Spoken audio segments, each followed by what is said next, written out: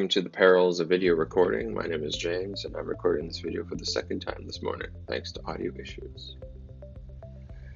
I hope they're fixed. I think they are. Don't want to have to do this again. So last week we had pretty good week. We got out of the ascending, the bull flag on the S&P 500, and we just keep going higher. That's pretty fantastic. The Nasdaq's doing the same thing. There's a low flag there. We're climbing higher. Russell looks even better. Nice big bull flag broke out, and on Friday we closed on the high, basically over the 200-day moving average, closed on the high. Really good action. If you take a look at the oscillator real quick, we're at a 35, which is beginning to approach overbought. It's not the end of the world, it's just something to be aware of. And really, that if it hits a 40 or higher, it just means that we might be due for a pause. It doesn't mean there's going to be a big, downward move or anything like that. Going through the list, NVDA continues to climb. Really nice moving stock here. All of that's just really nice. Again, my target's 199 on NVDA, which is up towards the 200-day. I really think the 200-day would probably pause it. That's not why I set the target. The target was a technical target of the ascending triangle, which is basically the high of this minus the low of this added to this, and you get 199. That's how I figure out my targets on triangles anyway. XLNX has a nice ascending triangle. Looks like if the momentum continues in semiconductors, that can really start moving.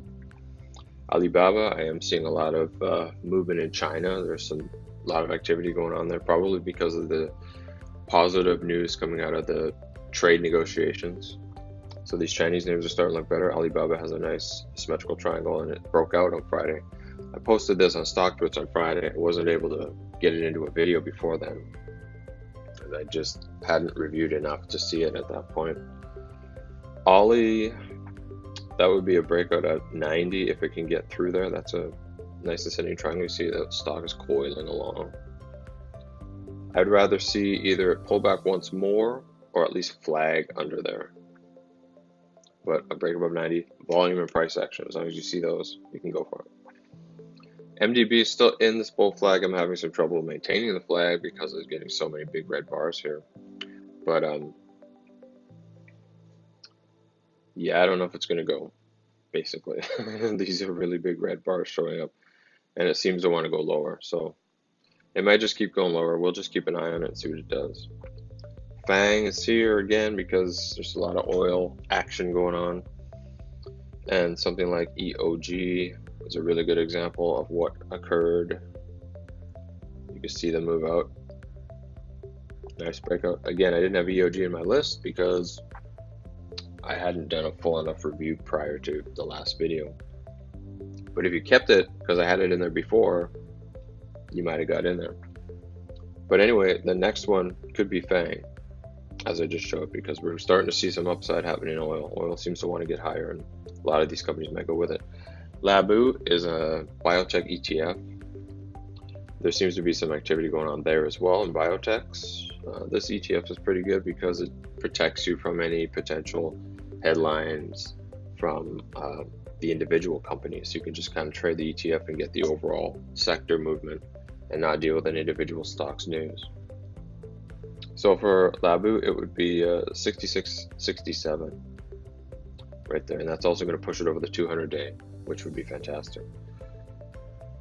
Spotify, I don't know what to say about this anymore. No momentum. There's just no momentum. I'm not going to say anything else on it. There's just no momentum. iRobot had a pretty good day on Friday, but on Thursday it did this garbage, which is almost a $5 swing. If you had bought it here, you were likely stopped out the next day, and then it gapped up and moved higher. It's like all over the place. Those are hard to trade. I get that. They're really hard to trade. Etsy did the same thing.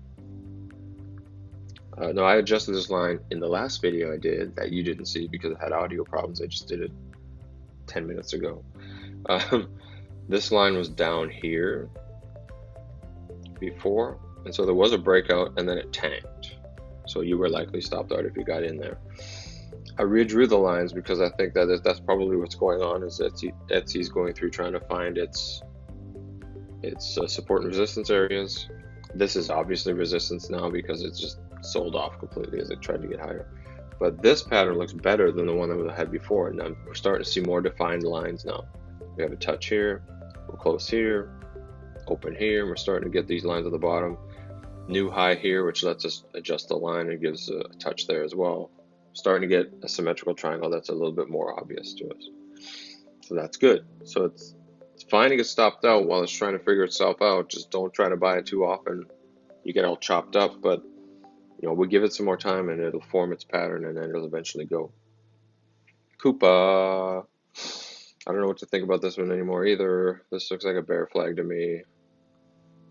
We'll have to wait and see what it does. It hasn't broke out or anything, but it'll probably sell off, it looks like, from here, unless something drastic changes. Here we go with Citron. Citron on Thursday, Thursday, said this company was done. You know what that means? That means Citron missed the opportunity, wanted the price to come down, and so they give a bad comment to drop the price down. Then they start buying, even though they say Citron is a short seller. That is the biggest load I've ever heard. So anyway, I'll just adjust the line down to this lower area. It didn't break out or anything, so nobody should have got stopped out or smacked or anything like that. Just to adjust the line because I made a new higher low, and then we'll let that triangle play out. And hopefully Citron's buying will raise the price. Blue has a nice ascending triangle still. It tried to break out and got smacked back down. If you got stopped out, that's fine because it rebounded the very next day and it's back up to these levels. If it crosses the line again with volume and price action, you could try it again. Tal still has this, it's out of the nice ascending triangle. I mentioned in the last video that you didn't see. If you bought in this area here and it's coming back, you're still fine. Your stop should be about $1 below the buy area. Just kind of let it fluctuate up here. Even if it comes back and test the line, hold your stop. It will likely bounce off of this line. Unless there's some really negative, this is a China company, unless there's some pretty negative China news or something specific to this company's line of business, the educational area in China, it will likely bounce off this line. If it doesn't, there's something wrong. You should get stopped out anyway. But I think it'll bounce off the line. And then Paylocity, still within. I might want to adjust these lines, get a little tighter down here or something. But yeah, that was a pretty hard hit there. Luckily, it didn't break out and then tanked back below the line. We're just waiting. We're just watching this one. So that's really it. I hope the audio works in this video so I can get it posted. And the next video should be on Monday. And I'll see you then.